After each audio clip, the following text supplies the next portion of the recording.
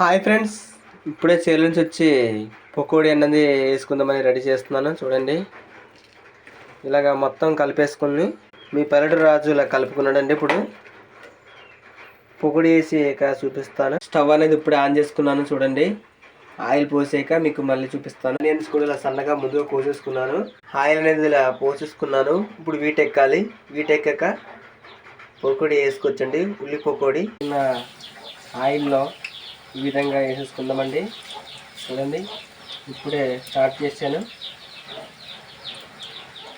వర్షంలో వచ్చి తడిసాక పకోడీ అనే వేడివేడిగా ఏదైనా తింటే దాని టేస్టే వేరు ఉంటుందండి.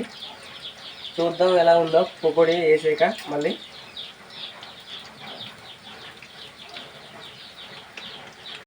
ఎర్రగా వేగిపోయండి పకోడీ, గట్టి పకోడీ, కరకరలాడే ఉల్లి పకోడీ రెడీ అయింది. చూడండి.